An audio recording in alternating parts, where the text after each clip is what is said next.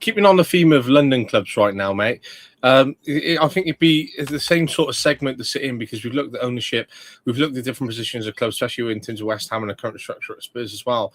But what do you make of the Crystal Palace situation? Because again, I've mentioned this, and I know we've just talked about the boards and how certain fans connect with the boards. And again, I'm a huge Steve Parish fan. I think he's done an incredible job at Crystal Palace, and I think sometimes the grass isn't always greener in terms of wanting the next ownership to come in. And I think when you look at clubs which bounce back up and down between the Premier League, and when you look at clubs like Leicester, where it's fallen off, and now they could be in League One come next season in terms of the situation they're in, unless they really turn it round. You've got a club like Crystal Palace. They've been in the Premier League for multiple years. They've tried to push on. They're in Europe this year and seem to be doing okay. It's going to be interesting to see whether Glasner keeps her up in terms of how he leaves before the end of the year. And in terms of the building blocks, is trying to get a manager who stabilizes his club, because again they've had managers like Frank de Boer in there, and you could argue that they try to kick on and push forward with him. They brought in Glasner, they've won a cup, and now they're in Europe, and of course they would have liked to have pushed on, and they've had some great assets like Marc Guéhi and the Mateta in the squad, and other key players. But part of it is they do lose these key players because they're not a big enough club to try and keep them. But the infrastructure which he's brought there in terms of the training ground, paying off the debts, stabilizing the club year after year in the Premier League, even when managers like Frank de Boer have underperformed, and he's rectified that time and time again. And again, this is another situation which he has to rectify in terms of Glasner, and whether that's appointed at the end of the year. But it's a hard situation because Marc Guéhi you're never going to want to sell anyway, because he's one of your key assets.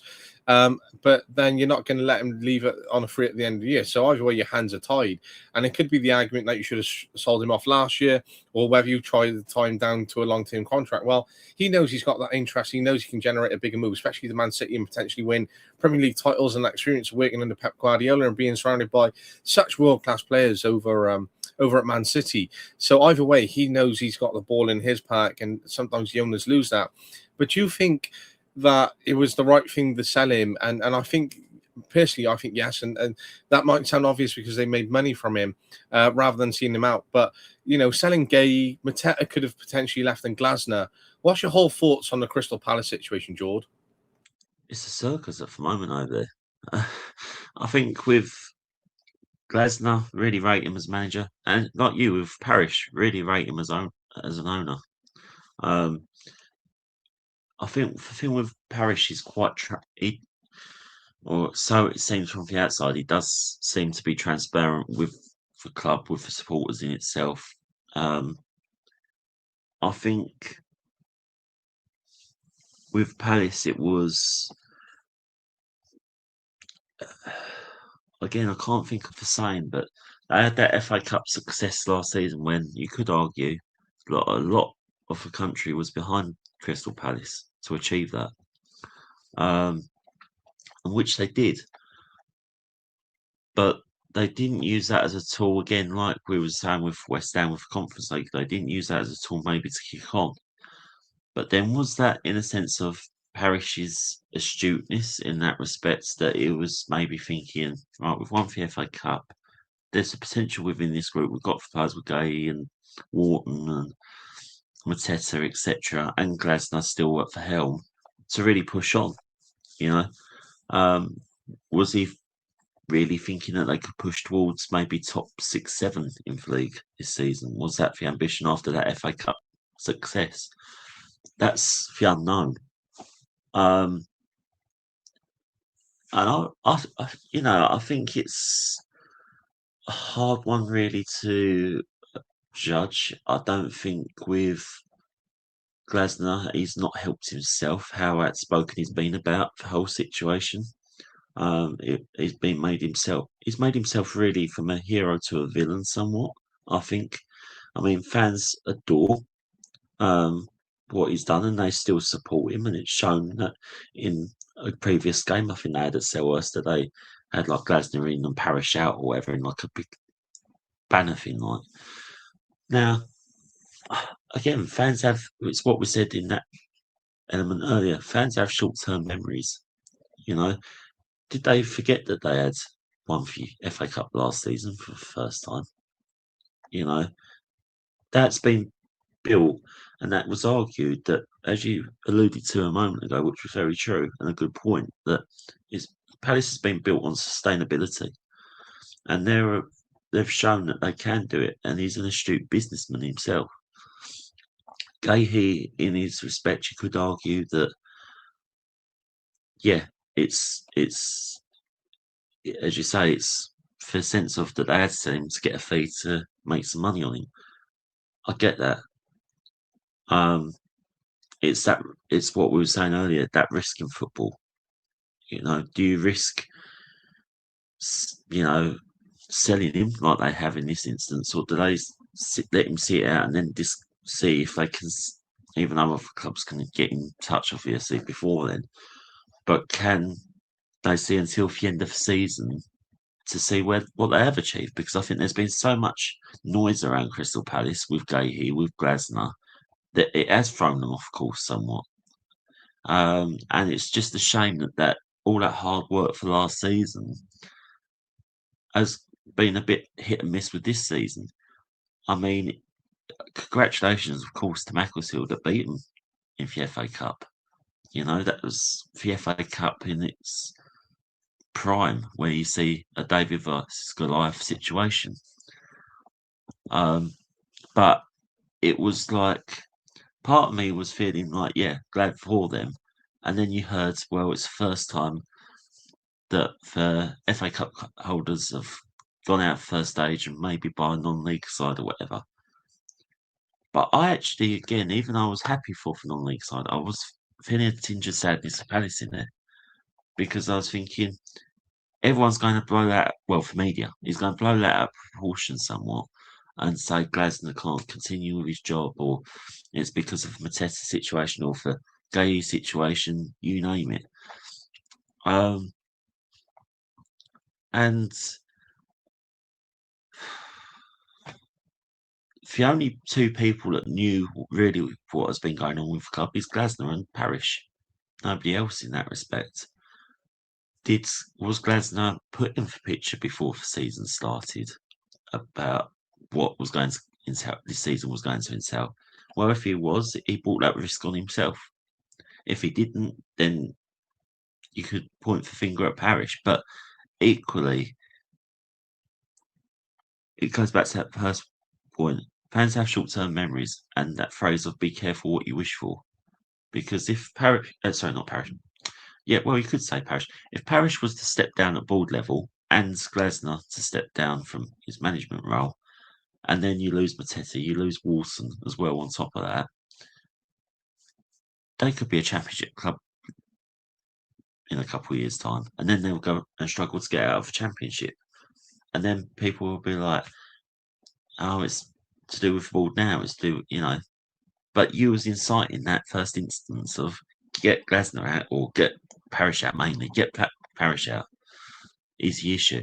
You could argue in some ways, it goes back to that Spurs reference. A lot of fans were saying, leave you out, leave you out, leave you out. We won for Europa League. He's left, and look where we are now, what we're saying. Mad, isn't it? Absolutely, mate. And I think a good point there is if they were to lose such a good chairman who's been there for multiple years, lose their first team manager, lose a couple of key assets in terms of their players, they could really be doing, say, for example, Leicester and really be down there in the championship and struggling. So the grass isn't always greener. I know the quotes which you made there are absolutely spot on, mate. But there's 3 clubs in the sort of situation. I know we haven't touched upon one, and we're going to build up to that for another episode when we can. But there's 3 clubs right now, just to finish up on in terms of this episode. So we've got United, Spurs, and now Crystal Palace. They've all got a temporary situation in terms of their manager. United, obviously, Carrick, he's performing well at the moment. It's going to be interesting to see how well he does towards the end of the year. And part of that is I've raised part of the conversation, which we'll talk about, George, is whether that will be Ollie V2, for example. And we'll talk about that more in a bit more detail when we cover that in another episode for itself. But you got United, you got Crystal Palace, and now you got Spurs. Now, when you look at the number of managers which are out there at the moment, just from Premier League, you've got Amorim, available as manager, Maresca available as manager. I know he's been linked with a move to Man City, and I also, potentially has been linked with a move to Spurs. Again, we'll touch upon that in another episode. We've got Igor Tudor, whether he'll stay at Spurs and whether he'll perform, and whether Spurs just go actually will appoint him on a 2-year contract, for example, because clubs tend to end up in that situation where they get a temporary manager, they do okay, and then they appoint him. You've got Thomas Frank, who's available at the moment. You've got Oliver Glasner, who is going to be available. You've got Marco Silva out there. Again, he's been touch and go whether he's going to stay at Fulham. You've got Fabian Hertzler, whether he'll stay at Brighton, but still a young manager doing well in the Premier League. They've had a bit of a shakiness this year, but that's all part of him learning. You stay with the manager. He had a good season last year. He's still young. You build upon that. You give him that time. So there's a number of just Premier League managers in themselves who could just move around this year. And I know some clubs like Man United who got the pull on any manager they want in the world, and the 2026 World Cup's around the corner, so there could be some managers who could be leaving around the World Cup, or who are known to perhaps that won't be renewing their contracts already. But when you look at key managers like Thomas Tuchel and Carlo Ancelotti, world-class managers who've been linked, they've both been tied down by their national team, so they can be rolled out. But in terms of just focusing perhaps on Spurs and Crystal Palace, at this sense we can cover United in another segment. Who do you think will be the next Crystal Palace manager? I know that you said you would like a shout for Southgate for Spurs and De Zerbi's in there, but in terms of Crystal Palace, do you think that they'll go for someone like, i.e. Thomas Frank, and proven Premier League record, has done a good job with Brentford? I know it didn't perhaps work out for Spurs, but again, we've had that conversation. Or do Crystal Palace try and push on and go for someone who is available out of those? Again, I don't think Amorim would go there. I don't think Maresca would go there. Would you go and pull Marco Silva in, or do you just look entirely out of the hemisphere of those Premier League managers and you go for someone else entirely who could stabilise the club? I think this is it. There is a lot of quality managers out there, especially in Europe, that clubs take risks on, as you alluded to with Brighton with Hertzler and stuff like that. Marco Silva, I don't think he would leave Fulham. I think, I say I don't think he'd leave Fulham. I don't think he'd leave Fulham for Palace, put it that way. I think he could leave Fulham, yes. That's another debate, but it's because football is such a Swinson merry-go-round and roundabout, and it's got so many twists and turns, and it wouldn't surprise me if Thomas Frank was to be poached, because he's in London, been with Brentford. Look what he achieved with Brentford. You could say Spurs was a bit of a strike-off in that respect. He never, as you say, like at the start, he wasn't really given that project to build on, even though it was year one, if you like. I'm going to blame Ange because season 3 is definitely not better than season 2. Well, not at the moment anyway. But I can see Thomas Frank going there. It makes sense for Palace to go for Thomas Frank in that respect of just his DNA, I suppose. What he feels with football, with his style of football, is a bit what like Palace like to adopt an ethos around their club. One question is though, if Thomas Frank did go there, Brendan Johnson's there, and he was one that sort of initiated that move, and that's going to pan out. But yeah, I can see. It wouldn't surprise me if Thomas Frank gets linked with that. I think there was mentions even with Southgate, but because of his connections there when he was playing and stuff. I said about Spurs job. Would Palace tempt him? Could do. I did have another name in my head that I think could be linked with that job, but I'm just trying to think of a name.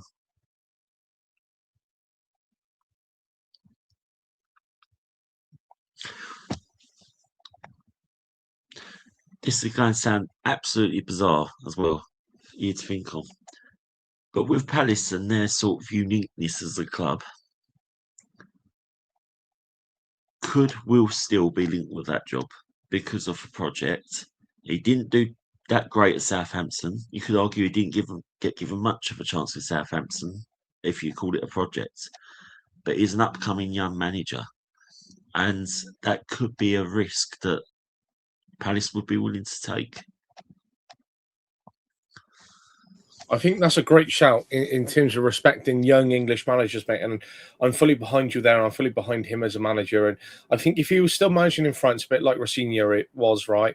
And a bit like Gary O'Neill. And people can say what they want about Gary O'Neill, but in respect, he's actually a decent manager. He did well at Bournemouth when he was in charge there. He did well at Wolves when he was in charge there. And now he's out in France at Strasbourg and seems to be doing okay there at the moment. And of course, there's adaptation from taking over from one manager to another. There's adaptation to, English football to French football and the club and the infrastructure and all these different elements which come into it, especially when you come in mid-season as well. You're trying to change that tactical approach. But I think if Will Still was still in France, then I'd say yes.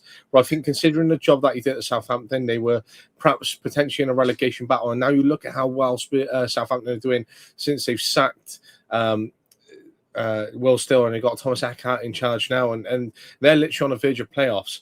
I don't think Crystal Palace would perhaps appoint him. I think he'd be on a list of managers they might consider, right? Because again, he's young, he's free, he's available. There's potential in him. You can't write everyone off by a previous job. I think Thomas Frank makes a lot of sense in terms of he's available. There's no payments to pay on him. He's a really good manager. He's proven in the Premier League. And again, he's another manager which has been undone by the Spurs way, because again, you look at managers like Nuno, they perform well and they're good managers. They've just been undone by the Spurs in terms of their structure and what goes on over there as well. But when it comes down to it, I think I would like to see Will Still at some point, and I hope that he gets the opportunity to come back. And one of the questions that I was going to ask you was for Spurs. I know Ryan Mason was in the same situation at West Brom, and whether he was being linked with a return for another caretaker manager, the same way Michael Carrick had another return as a caretaker manager at Man United, and whether you would have gone for Ryan Mason, Tim Sherwood, or Harry Redknapp from a previous Spurs connection, and just for a temporary till the end of the year try and build that together. But I would like to see Ryan Mason do well as a manager. I'd like to see Tom Cleverley do well. I'd like to see Jack Wilshere do well as a manager. But in terms of finishing up on that point, mate, I don't think West Ham will go for Will Still at this point. But you've come out with two big shouts there. Will Still to Crystal Palace, and you've got Gareth Southgate to Spurs, mate. So we'll see if I've got another shout as well for Palace while I think of it. With that European background of Glasner with Frankfurt, could they look at someone like Edin Terzic that was at Dortmund? I think Terzic is a good manager, and I think he'd be a great shout, especially for Crystal Palace. I think, especially if they want to push on and build as a club in terms of their vision and what they want to try and succeed, and trying to bring in a manager who can help push them towards that direction and the reputation that he brings with him.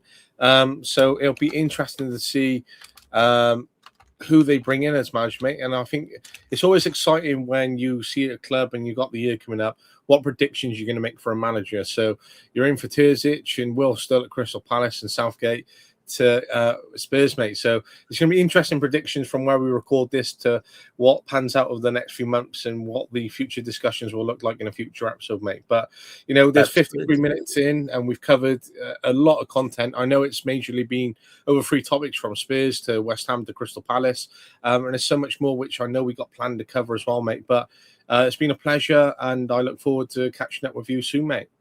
Yeah, thank you very much, mate. And great to do another pod with you. It's been great to bring back nostalgia, talk all things football. And as you said, like last year in the previous pod, with Will Still and Southgate, football's a simulation, right? Always, mate. We'll see if that football manager simulation pans out again in our football lives, which is reality in front of us, mate. Absolutely, mate. Absolutely. But thank you for your time, Luke. I've really enjoyed doing this with you as always, mate. Always, mate. Take care. And you.